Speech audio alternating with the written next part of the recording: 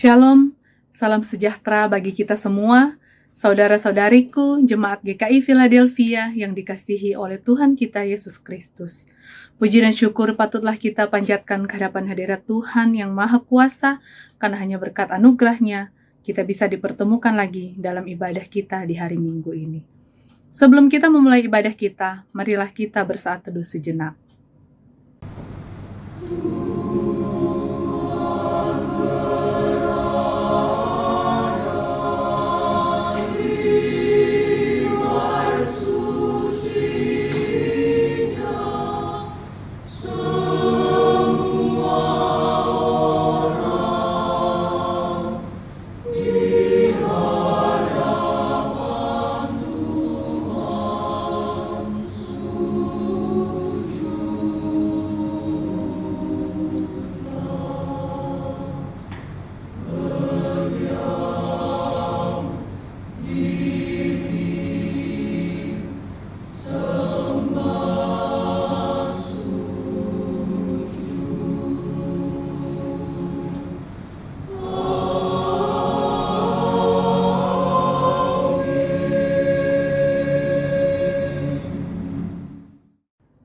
Segala hormat, puji, dan syukur kami naikkan ke hadapan hadirat-Mu ya Tuhan, karena di hari Minggu yang kudus yang telah Engkau jadikan ini, kami bisa dipertemukan lagi dalam kebaktian Minggu kami hari ini. Tuhan kiranya yang menyertai kami, curahkan kuasa Roh Kudus-Mu atas kami, agar supaya kami bisa beribadah dengan baik. Jauhkan kuasa-kuasa jahat yang akan menghampiri kami dalam ibadah ini, dan biar kiranya hanya kuasa-Mu lah yang ada beserta dengan kami. Dalam nama Yesus kami berdoa. Amin. Jemaat diundang untuk bangkit berdiri. Pertolongan kita adalah dalam nama Tuhan yang menjadikan langit dan bumi, yang kasih setianya tetap sampai selama-lamanya. Amin. Amin.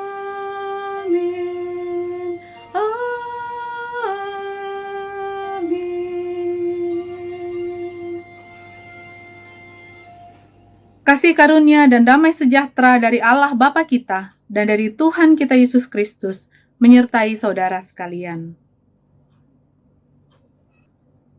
Kita akan membuka ibadah kita pada hari Minggu ini dengan menyanyikan pujian Allah hadir bagi kita.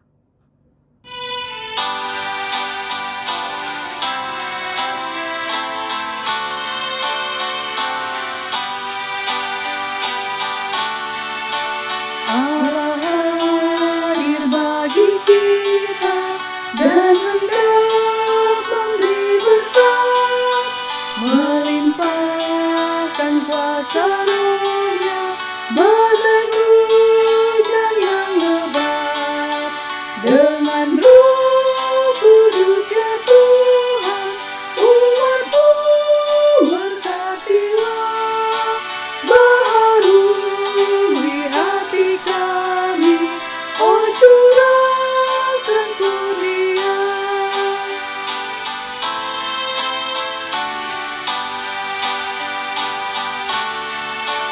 Allah hadir, sungguh hadir di jemaat-Nya yang kudus.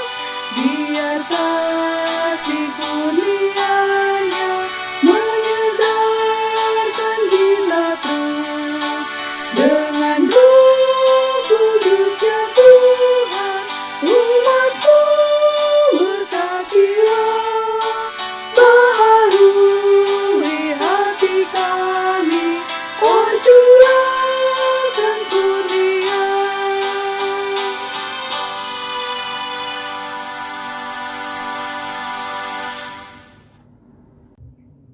Jemaat dipersilahkan duduk kembali. Saya akan membacakan nats pembimbing ibadah kita pada hari Minggu ini yang terambil dari Mazmur 9 ayat 12. Yang berbunyi demikian. Bermazmurlah bagi Tuhan yang bersemayam di Sion, beritakanlah perbuatannya di antara bangsa-bangsa.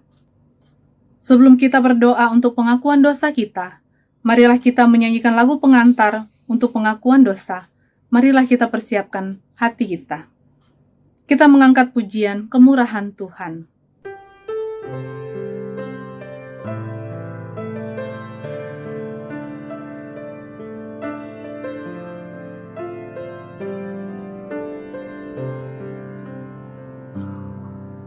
Oleh karena kemurahan Tuhan, ku ada sampai hari ini.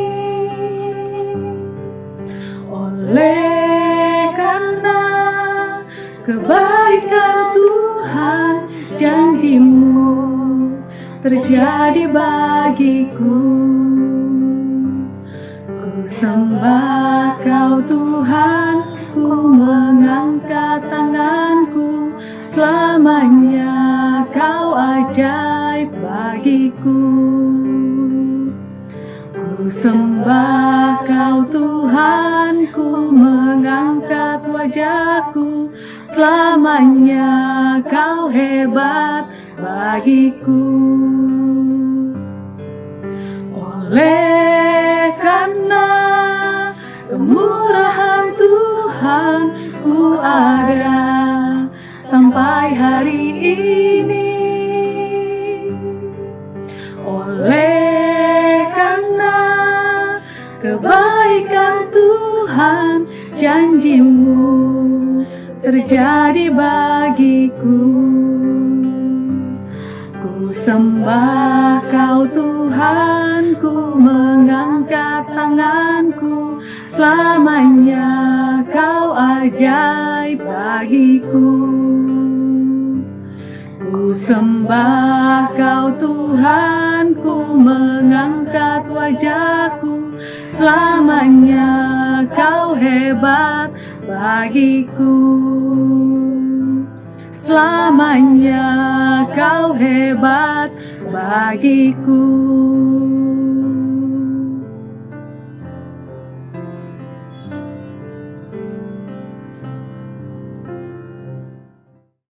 Mari kita berdoa. Tuhan Bapa kami yang bertahta di dalam kerajaan sorga, kami datang saat ini membawa setiap dosa-dosa yang telah kami perbuat melawan kehendak-Mu ya Tuhan di sepanjang minggu ini.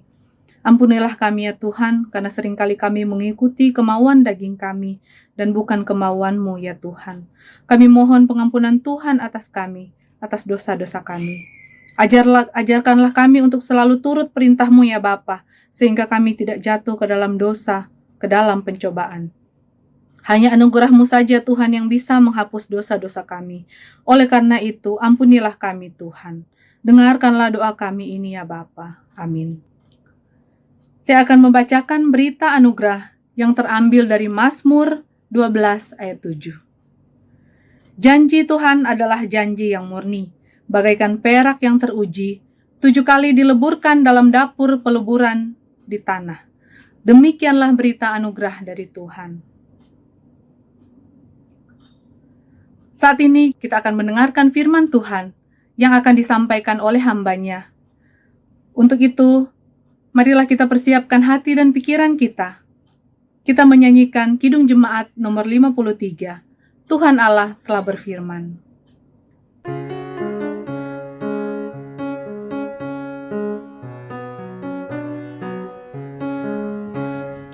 Tuhan Allah telah berfirman, haleluya, pada umat sabda hikmat, haleluya.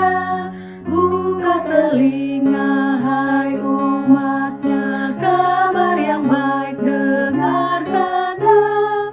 Buka hatimu, Tuhan datang, hai yang beriman. Tuhan Allah telah berfirman, haleluya, pada umat sabda hikmat, haleluya. Barang siapa bertelinga, jangan menutup hatinya. Yang mau belajar, hai dengarlah firman yang bakal. Tuhan Allah telah berfirman, haleluya, pada umat sabda hikmat, haleluya. Selamat pagi saudara sekalian, mari kita berdoa.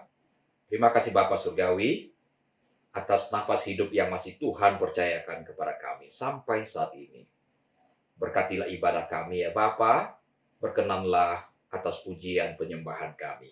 Berkati pembacaan firman dan perenungan sebentar ya Bapa. Berikan Roh Kudus menuntun kami. Dalam Yesus Tuhan kami memohon. Amin. Firman Tuhan akan saya baca dari Lukas 22 ayat 31 hingga 32.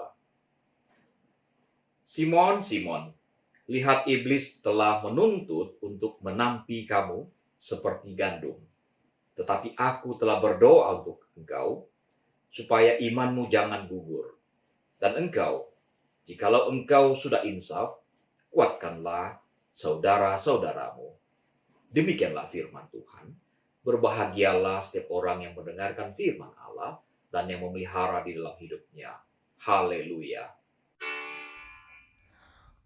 Haleluya, haleluya, haleluya.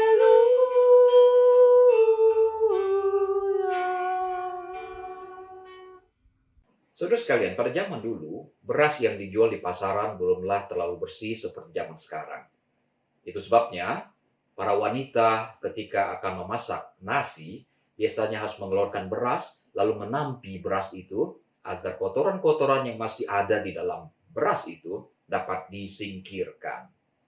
Nah, di dalam pembacaan firman Tuhan hari ini, Tuhan Yesus mengingatkan Simon Petrus bahwa iblis telah menuntut untuk menampi dirinya. Rupanya menuntut atau meminta di sini itu digambarkan seperti seorang pria yang meminang seorang wanita untuk menjadi istrinya. Pengertian yang lain adalah apabila seseorang penjahat menyelamatkan diri di suatu tempat, maka dia diamankan. Nah, setelah itu aparat akan datang menuntut agar si buronan itu diserahkan dan kemudian diproses secara legal.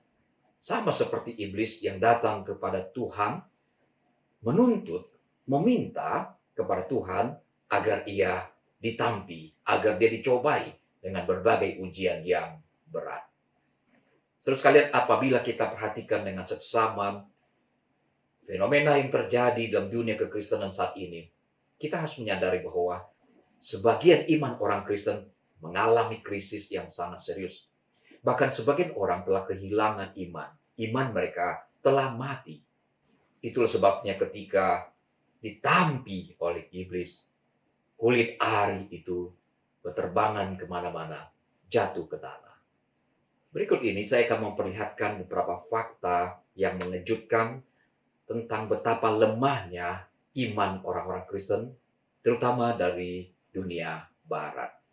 Yang pertama, saudara, sebuah survei menyebutkan bahwa kelompok ateis dan orang agnostik, agnostik artinya orang yang tidak yakin Tuhan itu ada atau tidak ada, dan termasuk orang-orang yang tidak memilih beragama, itu dikatakan lebih mengerti, lebih tahu pengajaran-pengajaran agama daripada orang Kristen. Ini terjadi di Amerika, saudara-saudara.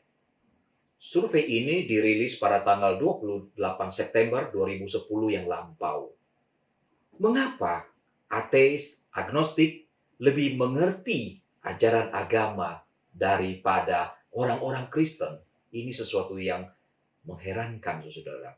Ada yang memberikan argumentasi seperti ini. Dikatakan bahwa orang-orang agnostik dan ateis itu umumnya tumbuh dalam keluarga yang mempunyai tradisi keagamaan. Mereka kemudian dengan sadar melepaskan keagamaan mereka setelah mereka menggumulinya sekian lama. Nah, itu sebabnya dikatakan dalam survei ini, orang-orang ateis dan agnostik lebih banyak menggumuli agama daripada orang-orang Kristen. Nah, survei ini menunjukkan bahwa begitu banyak orang Kristen di Amerika sebetulnya tidak mempunyai pemahaman pengajaran Kristen yang baik, yang mendalam. Kalau begitu, apakah lebih baik tidak mengetahui agama? Karena lebih tahu agama, seperti orang ateis dan agnostik, toh akhirnya kehilangan iman. Tentu bukan itu pilihannya. Yang dibutuhkan adalah pemahaman yang dalam, disertai dengan keyakinan, komitmen iman yang mendalam. Dan itu yang tidak ada. Itu fenomena pertama, saudara. Fenomena yang kedua adalah adanya paradoks yang sangat menggelikan, saudara. Ini adalah hasil penelitian The Pew di tahun 2018. The Pew Center meneliti hampir 25.000 orang Kristen di 15 negara di Eropa Barat, saudara sekalian. Lalu mereka membandingkan dengan hasil yang mereka peroleh di Amerika Serikat. Demikian yang didapatkan, saudara. Yang pertama, ketika ditanya dengan pertanyaan yang mendasar, apakah Anda percaya Tuhan secara mutlak? Atau apakah Anda berdoa setiap hari? Maka didapatkan data bahwa orang-orang di Amerika ternyata lebih rohani daripada orang-orang di Eropa Barat. Temuan yang kedua, ternyata orang ateis, agnostik di Amerika itu lebih rohani daripada orang ateis dan agnostik yang ada di Eropa. Dan temuan yang ketiga yang paling mencengangkan adalah ternyata orang ateis dan orang agnostik di Amerika itu sama rohani, bahkan lebih rohani daripada orang-orang yang mengklaim dirinya Kristen di Eropa Barat, termasuk Jerman, Prancis, dan Inggris.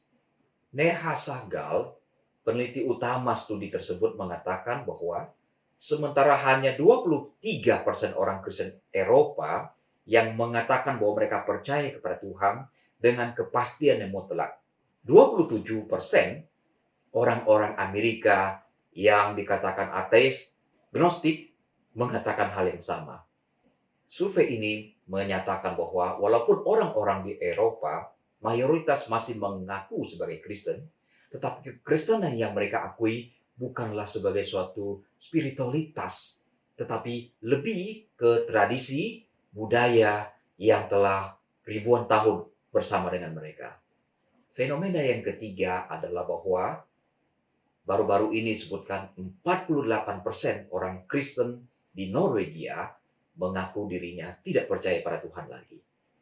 Survei ini baru saja dirilis pada bulan Juni yang lampau, saudara. Dikatakan 48% orang Norwegia tidak percaya Tuhan, hanya 30% yang percaya dengan Tuhan, dan sebanyak 21% ragu-ragu apakah percaya pada Tuhan atau tidak. 35 tahun yang lampau, dikatakan ada 53% orang Norwegia yang percaya pada Tuhan. Tapi sekarang hanya tinggal 30% saja. Sebuah penurunan yang sangat-sangat mencengangkan, saudara sekalian. Meskipun ada 30% orang yang mengaku percaya pada Tuhan, tetapi mayoritas orang Norwegia, yaitu 61%, mengidentifikasi diri mereka sebagai Kristen. Ini berarti sebagian besar di antara mereka adalah orang Kristen yang tidak percaya adanya Tuhan, tidak percaya kepada ketuhanan. Sementara itu di negara yang sama pada tahun 2019 dikatakan 7 dari 10 orang masih menginginkan untuk menikah di gereja. Ini berarti kekristenan bagi mereka hanya sebuah tradisi, sebuah budaya yang mereka warisi. Tidak lebih daripada itu. Fenomena yang keempat adalah dikatakan lebih dari 110 gereja di Inggris ditutup karena kekurangan jemaat. Ini yang dirilis oleh BBC pada tahun 2017, 3 tahun yang lampau, saudara sekalian. Ini belum lagi kita berbicara tentang gereja yang ada di Kanada, di Amerika, termasuk di Australia, saudara sekalian.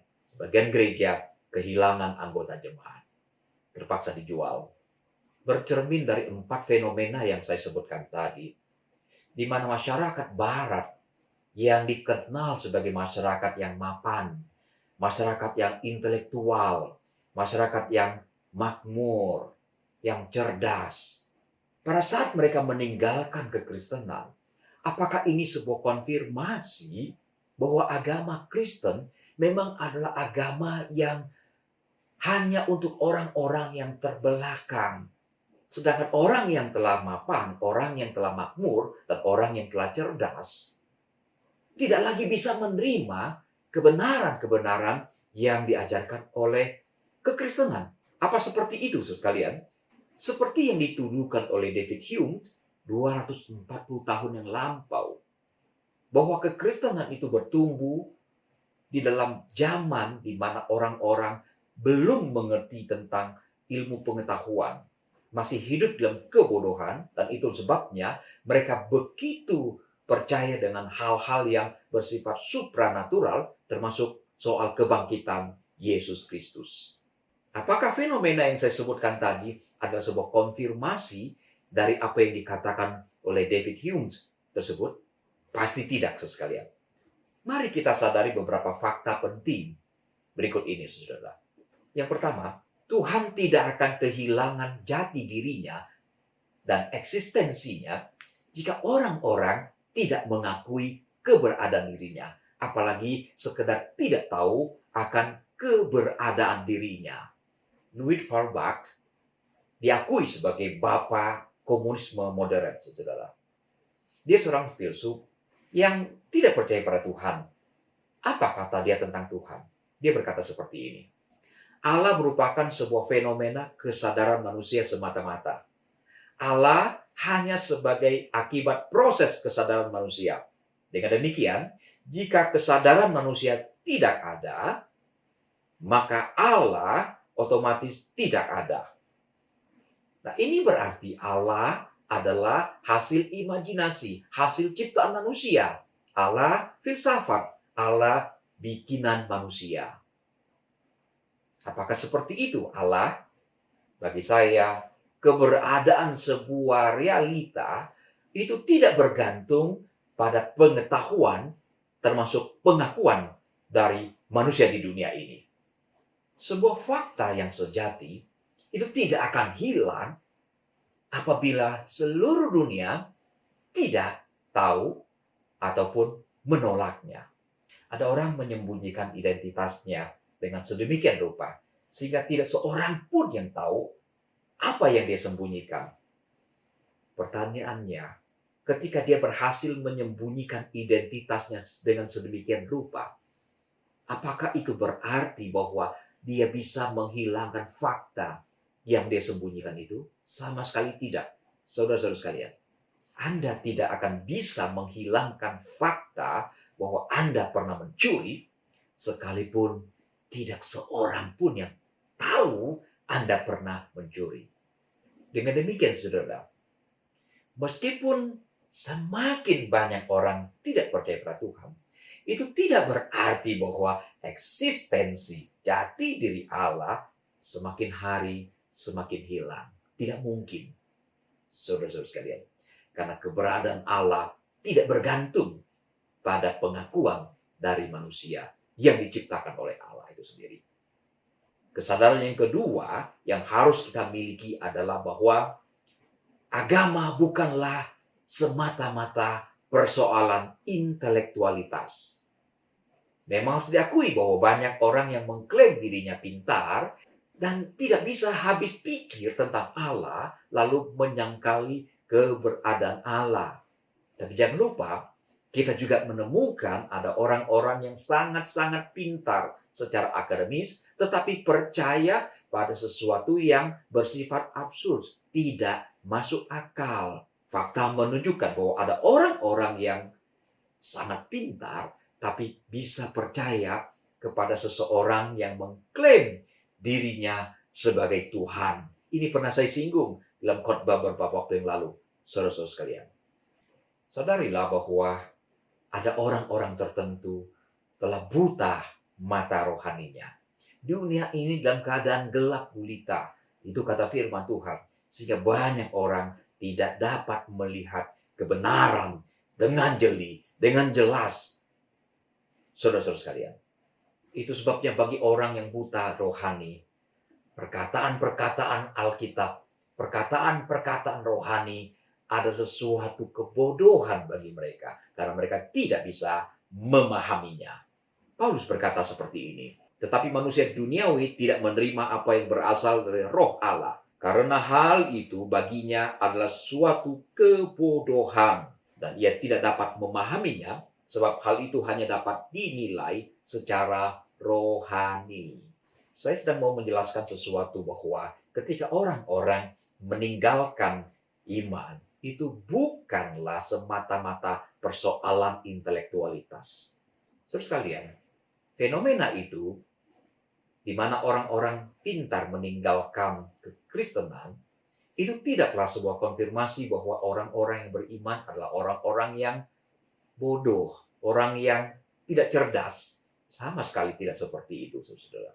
Nah, berikut ini saya akan memberikan beberapa contoh orang-orang yang mempunyai kredensial yang luar biasa, tetapi mereka secara terbuka mengklaim sebagai orang yang beriman, dan yang lebih mencengangkan lagi, mereka percaya kebangkitan dari Tuhan Yesus.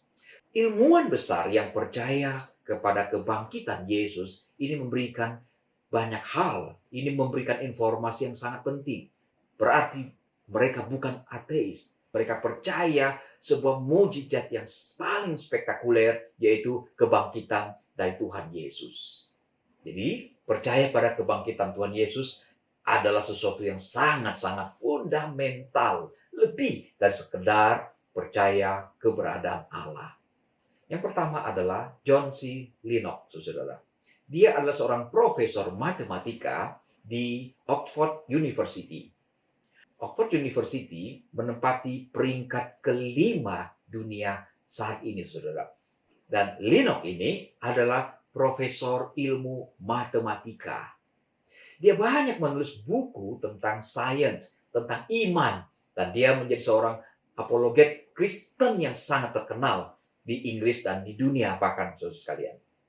Lenox membantah pemikiran David Hume bahwa pada zaman dulu ketika Kristen muncul, masyarakat bodoh, tidak mengerti ilmu pengetahuan. Dia bantah apa yang dikatakan oleh David Hume ini, saudara sekalian. Bahkan dia memberikan argumentasi yang sangat-sangat brilian, sangat menarik.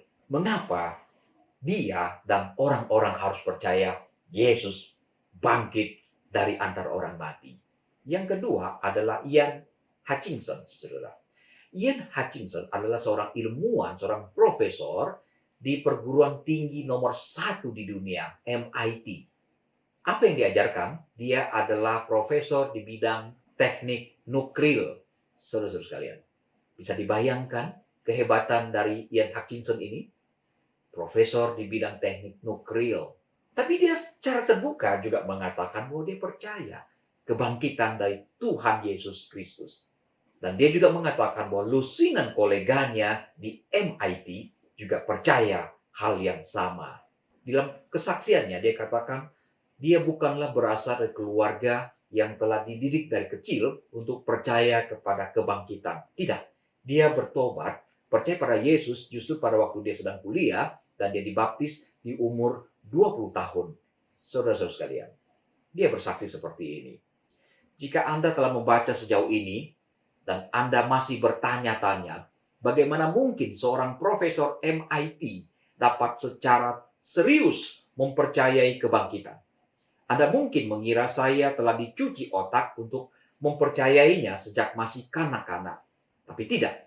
Saya tidak dibesarkan di rumah yang mengajarkan untuk percaya kepada kebangkitan. Saya menjadi percaya kepada Yesus Kristus ketika saya masih kuliah di Universitas Cambridge dan dibaptis di Capel King College pada ulang tahun saya yang ke-20. Yang ketiga adalah Lee Strobel. Dia adalah seorang ahli hukum dan seorang jurnalis yang sangat brilian. Suami istri ini ateis, saudara. Tiba-tiba istrinya tertarik dengan kekristenan, lalu Lee yang marah itu berusaha untuk mengadakan riset untuk membuktikan kepada istrinya bahwa kekristenan itu bohong adanya. Dia mengadakan banyak sekali riset, saudara. Akhirnya, dalam risetnya, Lee Strobel justru menjadi orang yang percaya kebangkitan dari Tuhan Yesus. Saudara bisa melihat filmnya di YouTube, tersedia kesaksian hidup dari Lee Strobel yang menjadi apologet Kristen yang sangat handal saat ini, saudara-saudara sekalian. Jadi saya sudah membeberkan 3 contoh. Sebetulnya ada banyak sekali contoh-contoh orang-orang yang sangat-sangat brilian, sangat-sangat pintar, tetapi tetap saja percaya kepada kekristenan. Bahkan lebih lagi percaya kepada jantung dari kekristenan, yaitu kebangkitan dari Tuhan Yesus Kristus.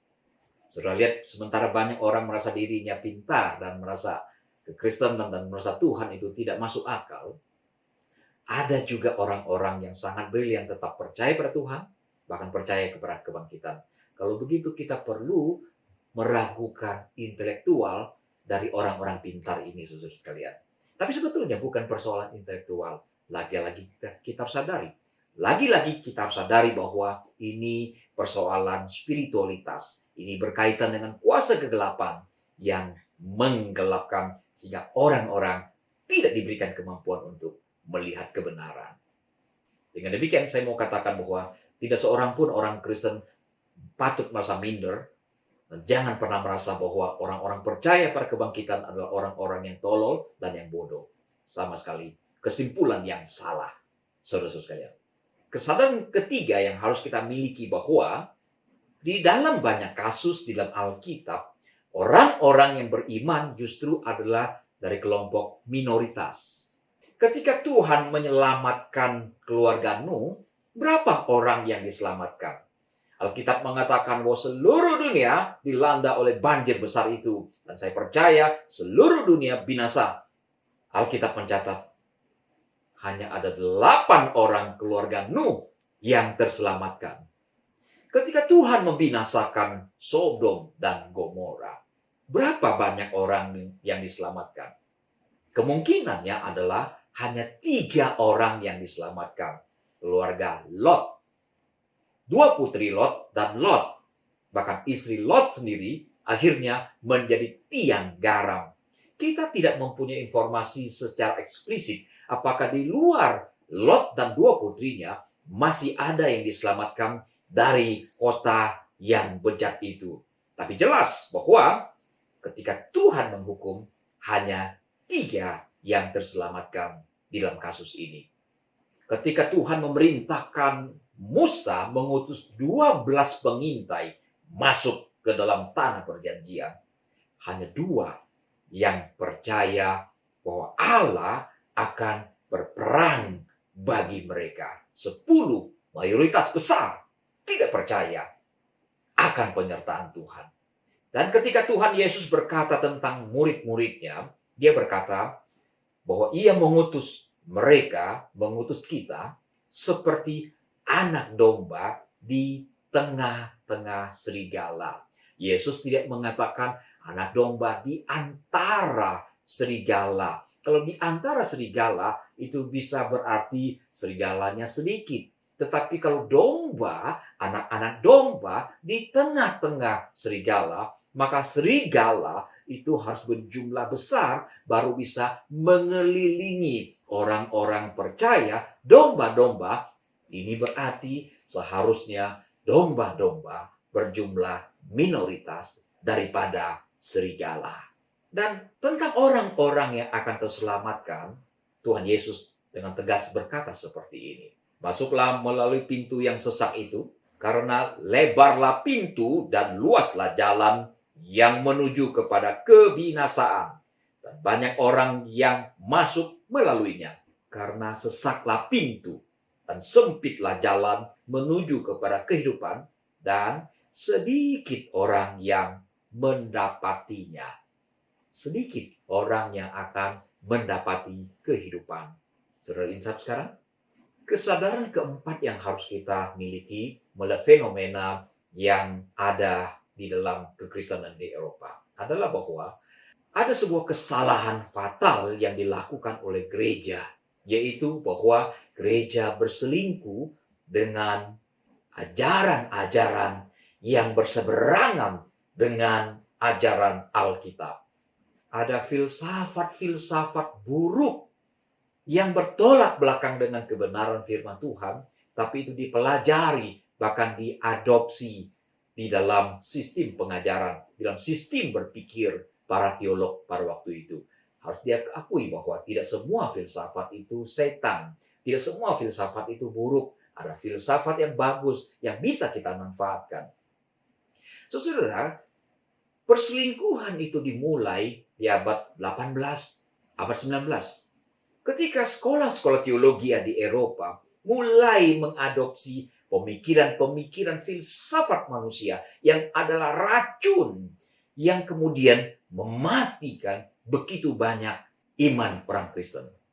Nah, pada masa-masa seperti itulah sekolah-sekolah teologi mengajarkan liberalisme kepada calon-calon pendeta yang dididik di sekolah-sekolah teologi mereka. Bahkan teologi yang tadinya diakui sebagai ibu dari ilmu pengetahuan itu telah digeser sedemikian rupa jauh berada di bawah. Teologi harusnya menggarami semua ilmu, menjadi terbalik. Teologi malah digarami oleh filsafat pada masa itu. Dengan demikian muncullah teologi liberal yang berupaya untuk menafsirkan dan mereformasi ajaran Kristen dengan mengakomodir pengetahuan, sains, dan etika modern. Mereka juga menekankan otoritas akal dan pengalaman individu. Nah, karena penyembahan terhadap rasio yang overdosis seperti itu, nah para teolog kemudian berusaha untuk menggunakan rasio dan menyingkirkan iman dengan tujuan supaya Alkitab tetap bisa dibaca oleh orang-orang yang berpikiran modern. Tapi dengan cara seperti itu justru telah mengobok-obok, menghancur leburkan Alkitab dan kekristenan. Keyakinan bahwa Alkitab itu kitab yang diinspirasikan oleh Allah telah berubah menjadi sebuah catatan keagamaan yang telah kehilangan otoritas kefirmanannya. Jadi tidak lagi diyakini Alkitab itu inerensi, tidak pernah bersalah, tidak bersalah di dalam catatan aslinya. Itu telah disingkirkan sedemikian rupa. Jadi akhirnya Alkitab hanya diperlakukan sebagai buku rohani biasa yang tidak mempunyai otoritas sebagai firman Allah. Inilah kegelapan di dalam sejarah kekristenan. Inilah musibah musim pertama di dalam kekristenan. Saudara-saudara sekalian. Nah, dengan kondisi seperti ini, saya kira tidaklah mengherankan apabila Tuhan bisa murka terhadap orang-orang yang telah mengacak-acak, yang telah mengobrak-abrik kekristenan yang diperjuangkan oleh Tuhan Yesus melalui kayu salib. Kemungkinan Tuhan telah mencabut kaki diam di antara orang-orang Kristen di benua barat. Saudara-saudara sekalian. Saudara sekalian menyadari fenomena yang sangat mencengangkan yang saya uraikan di pendahuluan tadi. Kita sampai pada kesadaran yang kelima bahwa di dalam Alkitab telah dicatat dengan sedemikian rupa bahwa akan terjadi penyesatan dan pemurtadan. Yesus berkata seperti ini. Dan banyak orang akan murtad dan mereka akan saling menyerahkan dan saling membenci. Paulus berkata, janganlah kamu memberi dirimu disesatkan oleh orang dengan cara yang bagaimanapun juga. Sebab sebelum hari itu haruslah datang dahulu murtad dan haruslah dinyatakan dahulu manusia durhaka yang harus binasa. Kepada Timotius, Paulus berkata seperti ini.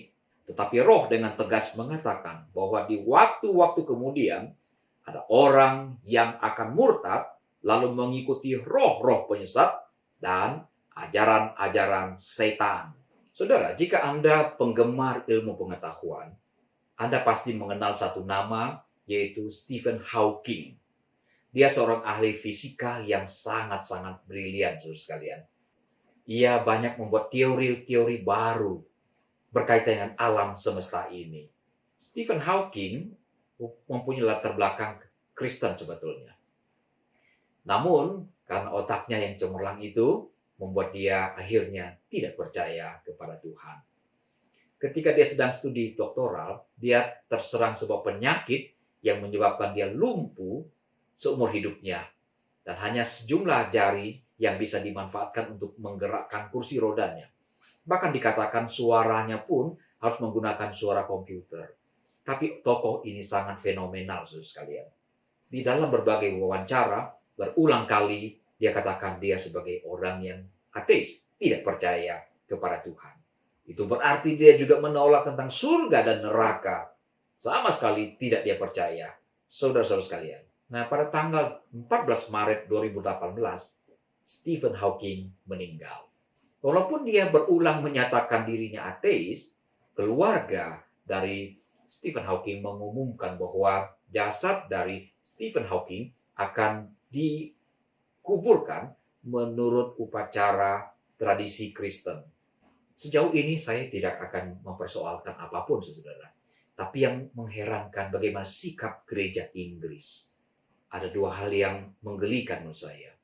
Bagaimana bisa gereja Inggris memberikan tempat yang begitu terhormat di komplek gereja Westminster Abbey sebagai tempat penguburan dari Stephen Hawking dan menyelenggarakan acara syukuran mengenang tokoh ini.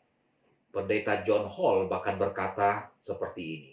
Dengan dikuburkannya Stephen Hawking di komplek gereja itu menunjukkan pentingnya kerjasama antara agama dan sains untuk menemukan jawaban atas misteri kehidupan dan alam semesta.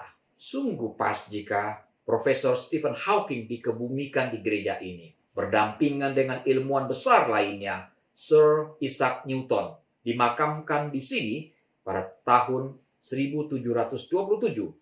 Charles Darwin dimakamkan di samping Isaac Newton pada tahun 1882. Kami yakin bahwa kerjasama antara sains dan agama sangat penting untuk menemukan jawaban atas misteri-misteri besar kehidupan dan alam semesta, kata pendeta John Hall. Menurut saya tidak salah melayani orang yang meninggal, apapun latar belakang, termasuk agamanya. Ini tugas kemanusiaan. Tapi saya tidak bisa habis pikir bagaimana bisa gereja memberikan penghargaan yang begitu mulianya bagi seseorang yang seumur hidup menantang Tuhan dan yang melecehkan ajaran-ajaran gerejawi. Ini bukan soal kebencian saya kepada Stephen Hawking. Sama sekali tidak, saudara. Saya juga tidak anti dan ilmu pengetahuan. Ilmu pengetahuan yang baik, yang paralel dengan firman Tuhan, itu pasti kita percaya. Karena ada pernyataan bahwa semua pengetahuan itu pasti berasal dari Allah.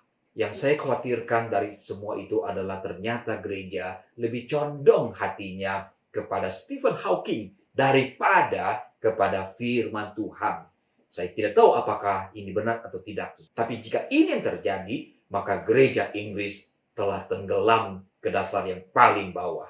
2000 tahun yang lampau Tuhan Yesus pernah berkata seperti ini. Jika anak manusia itu datang, adakah ia mendapatkan iman di bumi? Saya harap kata-kata Tuhan Yesus ini menjadi peringatan penting buat kita secara pribadi. Apakah ia akan mendapatkan iman kita di bumi ini? Apa yang harusnya orang Kristen lakukan agar kita tidak ditampi keluar? Di bagian akhir khotbah ini saya ingin mengingatkan beberapa hal penting buat kita sekalian, saudara. Yang pertama, mari kita introspeksi diri. Apakah kita ini termasuk bulir gandum atau hanya sekedar kulit ari dari gandum itu sendiri, saudara sekalian? Tuhan Yesus pernah mengatakan bahwa kelak dia akan memisahkan gandum dari ilalang. Tetapi sebelum masa itu tiba, ternyata iblis telah sedang dan akan menampi untuk memisahkan kulit ari dari bulir gandum. Ini berarti iblis telah menuntut untuk menggugurkan iman percaya orang-orang Kristen. Seperti yang Tuhan Yesus katakan kepada Simon Petrus. Apabila orang Kristen begitu mudahnya meninggalkan keyakinan iman percayanya, ini adalah indikasi yang paling pas menunjukkan bahwa dia adalah sekedar kulit ari dari bulir gandum itu. Bukan gandum yang sebenarnya. Saudara sekalian, marilah berdoa supaya Tuhan memberikan hikmat kepada kita untuk mampu membedakan bulir gandum dari kulit gandum. Dan semoga kita dan anak-anak kita adalah bulir gandum, bukan kulit gandum yang akan diterbangkan oleh iblis. Saran saya yang kedua adalah marilah kita semua rela dan mau menjadi orang Kristen yang dididik dan kemudian akhirnya menjadi orang Kristen yang terdidik dengan pemahaman teologi yang dalam dan yang baik dan benar.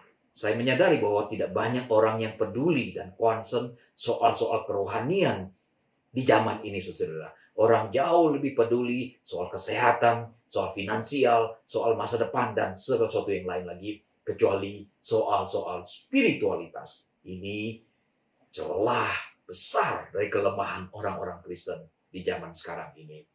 Kalau kita lihat kawan-kawan kita beragama lain, dari sejak kecil telah diindoktrinasi, telah diajarkan cara membaca kitab suci mereka secara reguler, bahkan secara intensif sampai mereka dewasa.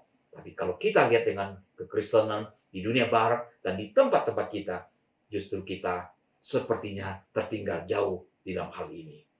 Orang-orang Kristen senang dengan khotbah yang ringan-ringan, yang lucu-lucu, yang langsung dapat ditangkap, tidak perlu dipikirkan, tidak perlu dicerna lagi. Saudara-saudara sekalian, itu sebabnya khotbah-khotbah motivasi menjadi laku sekarang ini.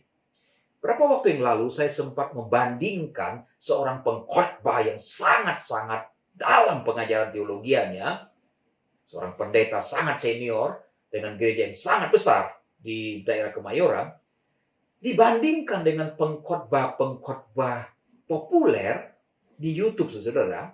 Perbandingan penonton kedua pendeta itu bedanya langit dari bumi. Sekalipun pendeta sangat senior ini berkhotbah dengan begitu mendalam, begitu alkitabiah, penontonnya jauh lebih sedikit daripada pengkhotbah yang menawarkan sesuatu yang praktis, yang sederhana, yang remeh-temeh bahkan. Saudara-saudara sekalian, orang-orang Kristen saat ini tidak bersedia membuka mulutnya, mengunyah makanan-makanan yang keras. Mereka senang dengan sesuatu yang sederhana, yang enak didengar di telinga.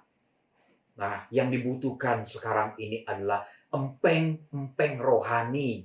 Yang dikenyot itu memberikan kenikmatan luar biasa, tetapi sama sekali tidak memberikan nutrisi bagi perkembangan orang itu.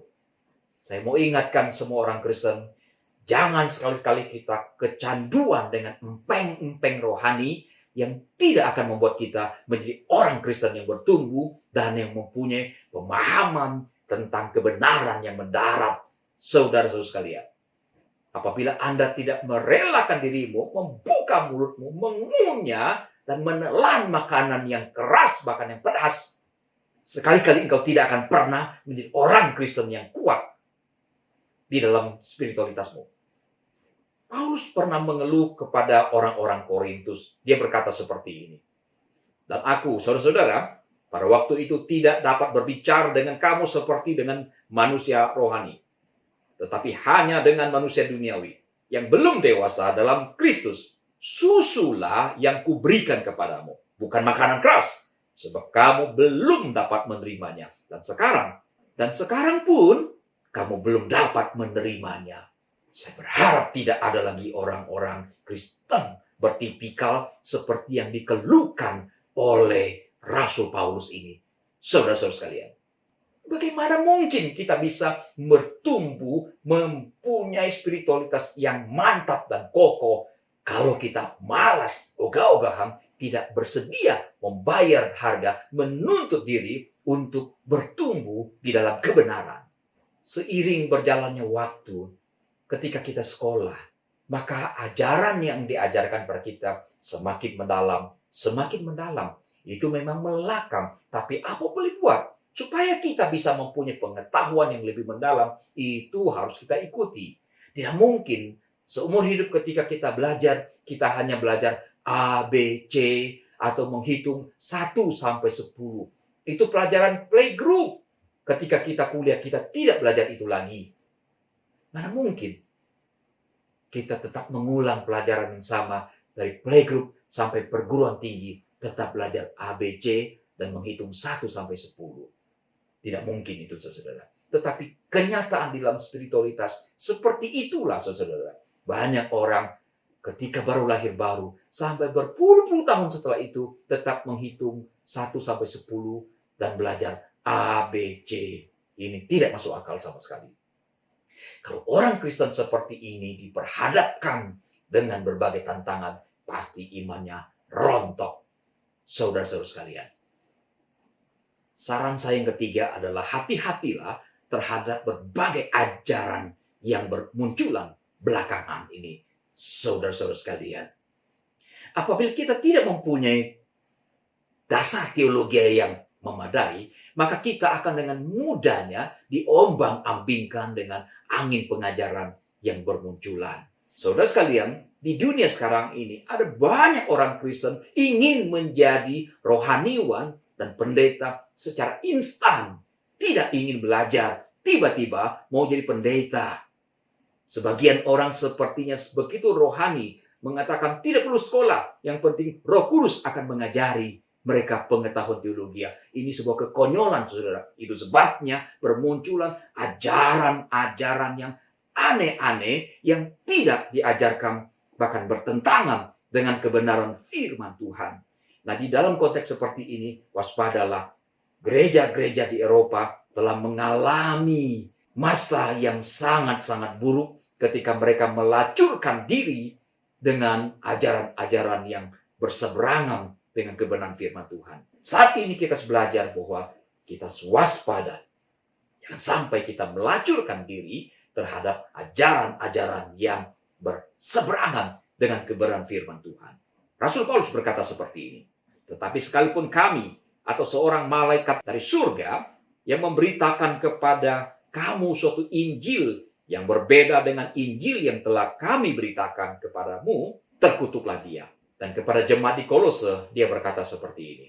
Hati-hatilah, supaya jangan ada yang menawan kamu dengan filsafatnya yang kosong dan palsu, menurut ajaran turun-temurun dari roh-roh dunia, tetapi tidak menurut Kristus.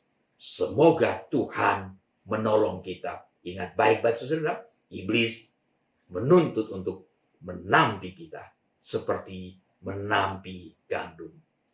Tuhan memberkati. Mari kita berdoa. Banyak ayat firman Tuhan telah mengingatkan kami pada hari ini.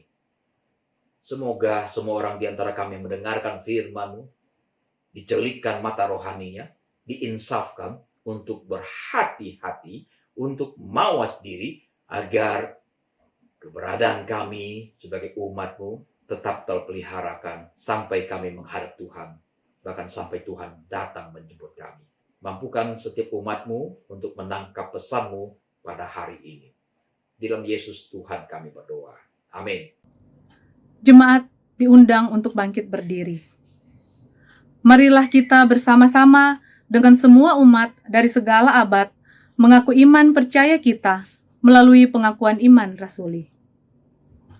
Aku percaya kepada Allah, Bapa yang Maha Kuasa, Khalik langit dan bumi, dan kepada Yesus Kristus, Anaknya yang tunggal Tuhan kita, yang dikandung daripada Roh Kudus, lahir dari anak darah Maria, yang menderita sengsara di bawah pemerintahan Pontius Pilatus, disalibkan, mati, dan dikuburkan, turun ke dalam kerajaan maut. Pada hari yang ketiga bangkit pula dari antara orang mati, naik ke surga, duduk di sebelah kanan Allah, Bapa yang Maha Kuasa, dan dari sana ia akan datang untuk menghakimi orang yang hidup dan yang mati. Aku percaya kepada Roh Kudus, gereja yang kudus dan am, persekutuan orang kudus, pengampunan dosa, kebangkitan orang mati, dan hidup yang kekal. Jemaat dipersilahkan duduk kembali. Saudara-saudari sekalian, tiba saatnya kita akan memberikan persembahan kita. Persembahan dapat ditransfer ke rekening seperti yang tertera di layar saudara-saudari, atau dapat juga membawa ke gereja dan diserahkan ke tata usaha setiap hari kerja, hari Selasa dan Minggu di jam kerja. Atau ketika kita akan beribadah lagi di gereja nanti, saudara-saudara bisa membawanya ke gereja. Saya akan membacakan nats persembahan yang terambil dari Mazmur 9 ayat 2. Aku mau bersyukur kepada Tuhan dengan segenap hatiku. Aku mau menceritakan segala perbuatan-Mu yang ajaib. Mari kita berdoa. Tuhan Yesus, Bapa yang kekal, Bapa yang murah hati, Bapa yang selalu melihat kami anak-anak-Mu ya Tuhan. Kami bersyukur Karena pada hari ini kami telah mendengarkan firman Tuhan. Biar kiranya Tuhan, apa yang telah Engkau ajarkan kepada kami hari ini, boleh tertanam dalam hati dan pikiran kami ya Bapa. Dan saat ini kami diberikan kesempatan ya Tuhan untuk memberikan persembahan. Biar kiranya Tuhan, apa yang akan kami persembahkan kepadamu ya Tuhan, itu boleh berkenan kepadamu ya Bapa. Terima kasih Tuhan atas segala berkat-Mu dalam hidup kami. Dalam nama Yesus kami berdoa dan bersyukur. Amin.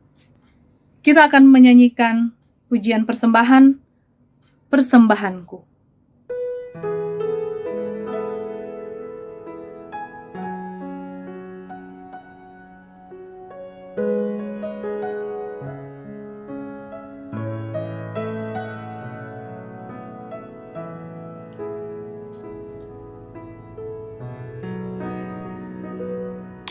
Ku bawa kepadamu, oh Tuhan, persembahanku ini. Ku ingin Engkau menerima korban syukurku melalui pujian.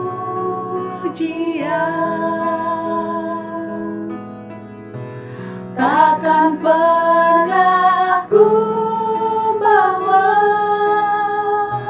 selain yang terbaik, yang harum dan sejati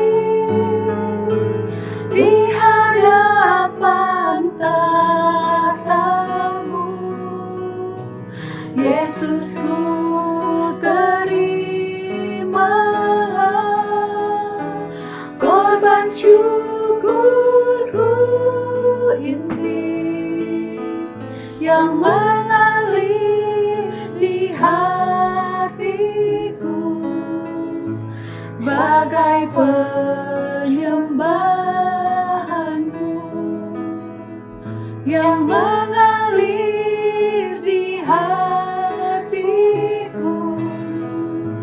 sebagai penyembahanmu. Jemaat diundang untuk bangkit berdiri. Doa berkat dan doa syafaat akan disampaikan oleh hambanya. Mari kita berdoa saudara sekalian. Bapa surgawi, kami datang padamu menyerahkan pergumulan demi pergumulan yang dihadapi oleh umat manusia, oleh kami juga. Pertama, kami berdoa untuk konflik politik yang sedang terjadi di berbagai negara. Di antaranya di Thailand. Tuhan, berbelas kasihanlah, akan ada perubahan konstitusi di sana. Kami tidak tahu apa yang akan terjadi, tapi biarlah negara ini akan aman, tentram. Tuhan berkati juga bangsa kami Indonesia, yang belakangan ini ada sekelompok masyarakat radikal yang berperilaku ugal-ugalan. Tuhan, kami berdoa, kiranya Tuhan berikan hikmat, berikan nyali yang besar bagi pemerintah kami untuk menghancurkan setiap gerakan radikal yang membahayakan negara kami, yang membahayakan kemanusiaan. Tuhan, kami berdoa kiranya masyarakat radikal ini dicelikkan matanya, agar mereka tidak melakukan tindakan onar, apalagi memenggal kepala orang lain. Tuhan, kami serahkan berbagai pergumulan yang masih digumuli oleh bangsa ini. Bukan hanya soal pandemi yang telah makan korban lebih dari 10.000 orang. 200-an tenaga medis telah meninggal. Tetapi juga berkaitan dengan resesi ekonomi. Tuhan berkatilah agar ekonomi bisa bergerak lagi dengan lebih baik. Bukan hanya untuk Indonesia, bangsa-bangsa lain, bangsa-bangsa besar bahkan yang masuk dalam jurang resesi, kiranya dapat ditolong, diberikan hikmat agar masalah ini dapat terselesaikan dan masyarakat bisa hidup normal lagi ya Bapak. Kalaupun Tuhan izinkan penderitaan ini berlangsung selama hampir 1 tahun ini, biarlah melalui ini banyak orang diinsafkan akan keberadaan Tuhan, akan kebutuhan terhadap pertolongan Tuhan. Kami berdoa ya Bapa, kiranya kesusahan setahun ini tidak berlalu dengan cuma-cuma, dengan sia-sia. Berkatilah gereja-gereja Tuhan yang sebentar akan merayakan Natal dalam suasana keprihatinan. Natal dalam keheningan ini, Tuhan Kau hadir memberikan kesadaran yang besar bagi umat Kristen di seluruh dunia. Mari kita naikkan doa Bapa kami. Bapa kami yang di surga, dikuduskanlah namamu, datanglah kerajaanmu, jadilah kehendak-Mu di bumi seperti di surga. Berikanlah kami pada hari ini makanan kami yang secukupnya, dan ampunilah kami akan kesalahan kami, seperti kami juga mengampuni orang yang bersalah kepada kami. Dan janganlah membawa kami ke dalam pencobaan, tetapi lepaskanlah kami daripada yang jahat, karena Engkaulah yang mempunyai kerajaan dan kuasa dan kemuliaan sampai selama-lamanya. Amin. Sekarang arahkanlah hatimu kepada Tuhan. Jadilah saksi Kristus. Terpujilah Tuhan. Terimalah berkat Tuhan. Tuhan memberkati engkau dan melindungi engkau. Tuhan menyinari engkau dengan wajahnya dan memberi engkau kasih karunia. Tuhan menghadapkan wajahnya kepadamu dan memberi engkau damai sejahtera sekarang sampai selama-lamanya. Haleluya. Haleluya, haleluya,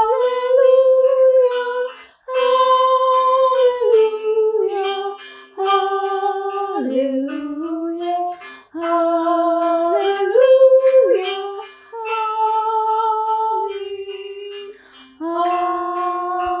amin, amin.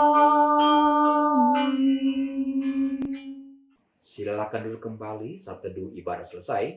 Tuhan Yesus memberkati saudara-saudara sekalian.